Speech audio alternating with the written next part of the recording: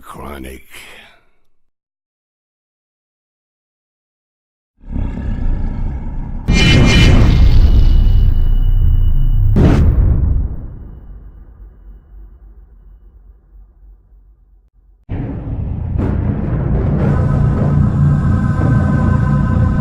Your construction smells of corruption. I manipulates to recreate. This air to go around saga. Gotta launder my karma.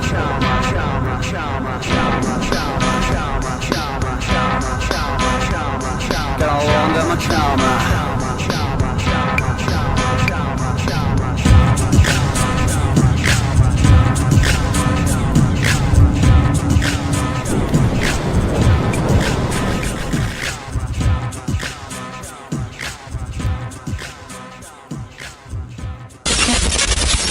Greetings world, we are anonymous. It seems because there are so many fronts where evil must be fought against that we have lost focus on one of the biggest threats that humanity is facing, which is the United Nations. Make no mistake, the United Nations is the world government. Agenda 21 is the agenda into the New World Order, and major depopulation is a big part of this agenda. We have plenty of evidence from their big globalist meetings, like from the Royal Institute of International Affairs, going back even as far as 1938, where they are very openly planning for world government. And at this very moment, the only thing standing in the way of the UN of becoming a true world government, is to get rid of the Security Council's right to veto. Like when the League of Nations transformed into the United Nations, it will most likely then transform into the multipolar New World Order they have been planning for decades. We also have plenty of evidence showing how eugenics, an old elitist movement that believes the elite's genes are superior and that the genes of the working class should be heavily reduced, is behind the UN's depopulation plans that we all know today. This is clearly shown and stated by the people who were the architects of this agenda. People like Julian Huxley, who was president of the British Eugenics Society, who also created the UN's UNESCO and made it clear UNESCO would be used to further their eugenics program. And people like Bertrand Russell and H.G. Wells, who were also very clear about calling out the working class. Nothing has changed, except the name from eugenics to depopulation.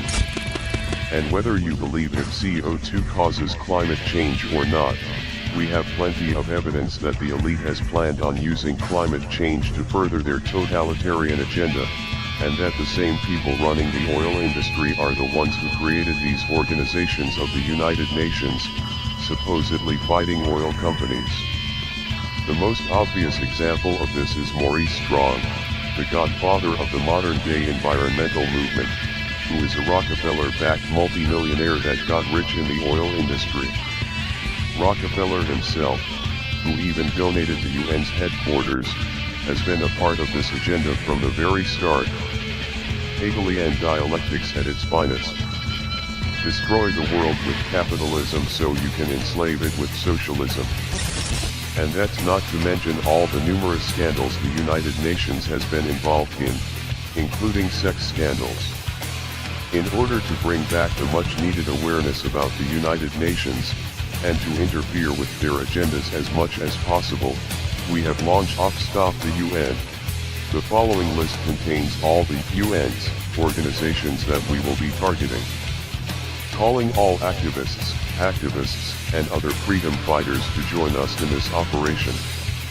And to the United Nations, we refuse to bow down to your New World Order, your world government and your depopulation agendas. Expect us.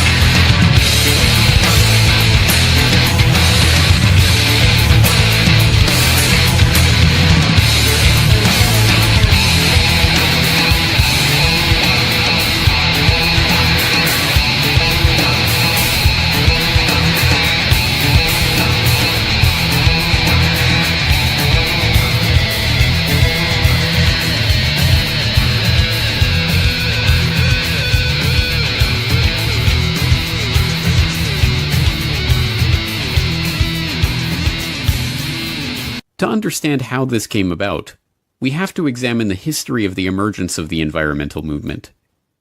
In the post-war period, the desire to control the population put on a new mask, protecting the world from resource depletion, pollution, and ecological catastrophe, and facilitating the transition from eugenics to population control to environmentalism was Julian Huxley, brother of Brave New World author Aldous Huxley, and grandson of Darwin's bulldog T.H. Huxley. Julian Huxley was a committed eugenicist, chairing the British Eugenics Society from 1959 to 1962. But, like the other eugenicists of the post-war era, he understood the need to pursue the now discredited work of eugenics under a different guise.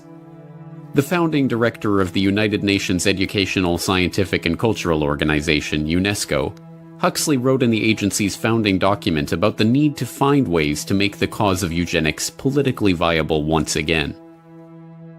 At the moment, it is probable that the indirect effect of civilization is dysgenic instead of eugenic, and in any case it seems likely that the dead weight of genetic stupidity, physical weakness, mental instability and disease proneness, which already exist in the human species, will prove too great a burden for real progress to be achieved.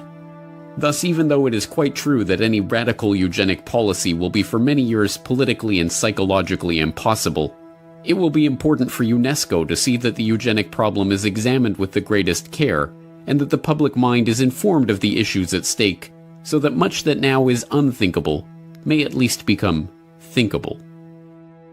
Huxley found the perfect front for the reintroduction of these unthinkable eugenical ideas in 1948, when he used UNESCO as a springboard for founding the International Union for the Conservation of Nature, and then again in 1961, when he used that agency as a springboard to create the World Wildlife Fund. Joining Huxley as co-founders of the fund were not only Prince Bernhard of the Netherlands, founder of the Bilderberg Group and former employee of the IG Farben conglomerate, and Prince Philip of England, but Godfrey A. Rockefeller of the Rockefeller dynasty. Together, they pledged to harness public opinion and educate the world about the necessity for conservation. Years of education about the strain that the growing human population put on the resources of the earth, paid for by the very oligarchs who had just spent the past century monopolizing one of the world's key resources, led, inevitably, to a predictable conclusion. But the main finding was that stabilization of some kind is clearly desirable for the country. Yes, we said that it is recognized that population cannot continue to grow indefinitely. Nobody questions that. And we said from our findings, we felt that now the nation should welcome and plan for a stabilized population. With all the evidence that we've amassed in our preparations for the Stockholm Conference, including the views of many of the world's leading scientists, I am convinced that the prophets of doom have got to be taken seriously. In other words, doomsday is a possibility. I'm equally convinced that doomsday is not inevitable. On paper, it would be almost impossible to find a less likely candidate for godfather of the modern environmental movement than Maurice Strong, a Rockefeller-connected millionaire from the Alberta oil patch who divided his time between environmental campaigning and running major oil companies. Organizer of the Stockholm Environmental Conference, founding director of the United Nations Environment Program, Secretary General of the Rio Earth Summit, founder of the Earth Council and the Earth Charter Movement, chair of the World Resources Institute, commissioner of the World Commission on Environment and Development, and board member of a bewildering array of organizations, from the International Institute for Sustainable Development to the Stockholm Environment Institute to the African American Institute. It was a Standard Oil veteran, Jack Gallagher, who gave Strong his big break in the Alberta oil patch when he quit his UN security job to return to Canada. And when Maurice Strong suddenly decided to quit that oil patch job, sell his house, and travel to Africa, he supported himself working for Rockefeller's Caltex in Nairobi. When he quit that job in 1954 and started his own company back in Canada, he hired Henry Bruni, a close friend of Rockefeller associate John J. McCloy, to manage it, and appointed 2 Standard Oil of New Jersey reps to its board. By his late 20s, he was running his own company and was already a millionaire. and you're in the next step of the post-old Soviet system. It's a world type of system where it's more advanced in the next step, where the top owners of all the producers, basically, of all the things that you consume, now have the right to work in governance. They're unelected, but have formed all their committees and so on to rule over the whole planet and to decide the fate of everybody and everything on the planet. Remember all the talks I've given throughout many, many years on eugenics programs and the histories of the big players who run the world, basically. And they run all these charitable institutions on World Wildlife Fund and Prince Charles and Prince Philip and all these characters too.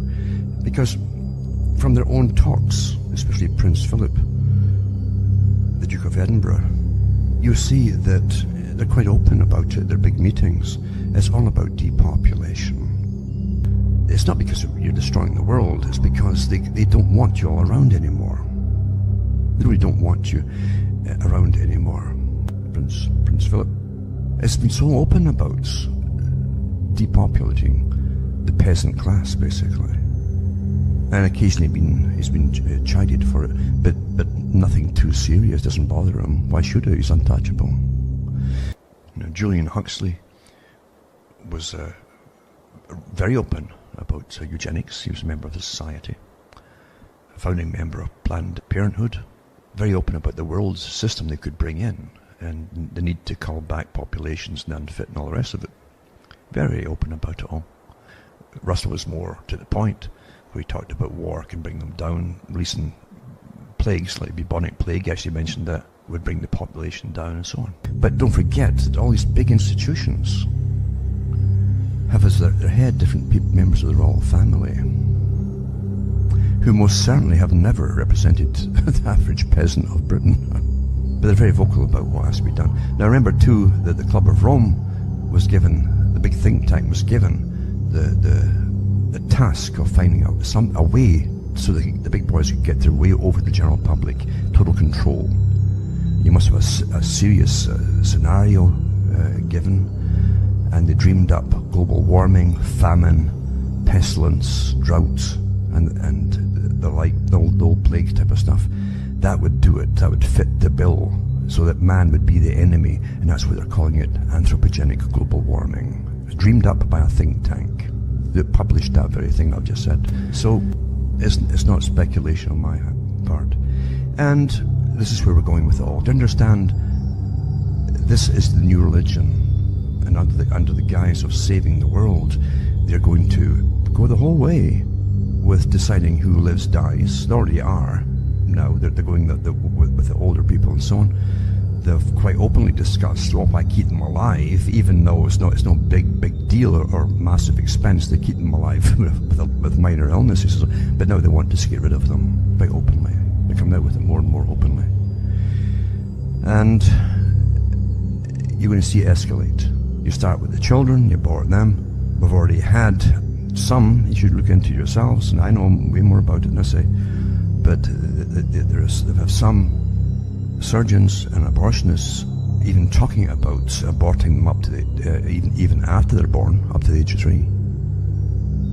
In official journals, medical journals, things like that. These characters are serious about it, and we better get through our heads. These people mean business, and they will use all techniques, and I think they're already using many of the techniques of depopulation right now. The Western world's going sterile, you know that too. Too many articles out there over many years that I've read myself to deny them. A booming business now is fertility clinics, because you are living with the techniques that were perfected under the communist socialist system, which also brought forth, by the way, psychology and psychiatry and behaviorism. That was all part of it. Even the early proponents and founders of behaviorism said that the ultimate goal of it was for human control over humans, behaviorism. And Freud said similar things too. These people were actually revolutionaries, part of the world revolutionary movement, for those who didn't know it. And from the earliest days of even the Fabian Society and the George Bernard Shaws and so on, they, and H.G. Wells, who worked for it too, they were quite blatant about the fact that the working people, so much of their problem was simply there's just too many of them. That's never changed. And getting back to eugenics, that's why you have this whole idea of global warming. Now it's climate change because they can't keep the warming going, especially when you're freezing to death. But facts don't matter. It's to give themselves control over everything you do and how you live and if you'll even breed in the future. That's what it's about. Total control. How else can they get you to give up bit by bit by bit all your rights till you're managed by a massive, massive bureaucracy across the planet? Now, one of the various books I have was taken from the Royal Institute of International Affairs World Meeting, one of their world meetings. This particular one, the topic was the British Commonwealth and the future. It was published by Humphrey Milford, and this was 1938. I think the meeting was in 37. In this book, it says on page 258, it's under the title A World Order. Several delegates, more especially from the left political wing, urged that no world order could be built save on a better social order. A world order, said one, implies a rule of justice, internal as well as international, social as well as political. He then went on to espouse the fact they would use the labour standards of Britain to bring the working people on board, basically, to cooperate towards this order. And just above this, on the same page, 258, it states here, more than one delegate remarked that once the Commonwealth basis was achieved, there was no reason why the control should not be international, and many reasons why it should. And the members of the conference were brought back to their conceptions of a world order by the question, how can you get international control without international government? Well, you see, they knew, oh yeah, ultimately it would evolve into international government. In page 278, he goes on to say, the Commonwealth order, we may surmise, is only a path to a world order. The conference discussion suggested that this gradual assimilation might happen in the economic as well as the political sphere, where the Commonwealth would then continue or pass away as having fulfilled its usefulness would be for some British Commonwealth Relations Conference of the future to discuss. This was based as well, remember, the Council on Foreign Relations and the Royal Institute of International Affairs, on another group which had been born in the 1800s, the Cecil Rhodes Society and Foundation, given a royal charter to exist because they were in effect a front group, technically non-governmental, so they could get away with doing a lot in the world without governments being blamed as backing them. Lord Milner, Alfred Milner, joined the Round Table Societies with the Rhodes Foundation, and this made the nucleus for the League of Nations, which is the United Nations, and you still have the Round Table Societies working on different problems like think tanks do, on how to make us all interdependent. Down at the bottom of the page 223, it says, a fifth Canadian speaker mentioned this, he could conceive a situation arising in which a dominion might be involved in a war without involving other parts. For instance, a conflict between Japan and the United States, in which Canada might be involved. Remember, this was before World War II, before Pearl Harbor. In page 221, it says, this conception of the Commonwealth as the nucleus of a system of world government was discussed from various angles both in the session of that morning and at the two subsequent meetings of the Commission. So there you are. You see, the British Commonwealth was to be the nucleus of a world government. They created the League of Nations, transforming into the United Nations. And remember that every major media mogul on the planet attended this particular and other meetings that they have, because they are your propagandists to train people intergenerationally towards global government. Their global government. Now, a lot of people, I'm sure, will see this as quite a natural development and a thing to work towards if they believe the real reasons are wars that are given when the history books were caused by the reasons they tell you. But really, you're looking at the top tycoons on the planet whose beginnings go back to the old knights when they looted countries, and then they created corporations like the British East India Company, who set up all of this. So they get all the true believers working for them towards global government, when they will have a little twist in the tail towards the end of it for the real reason.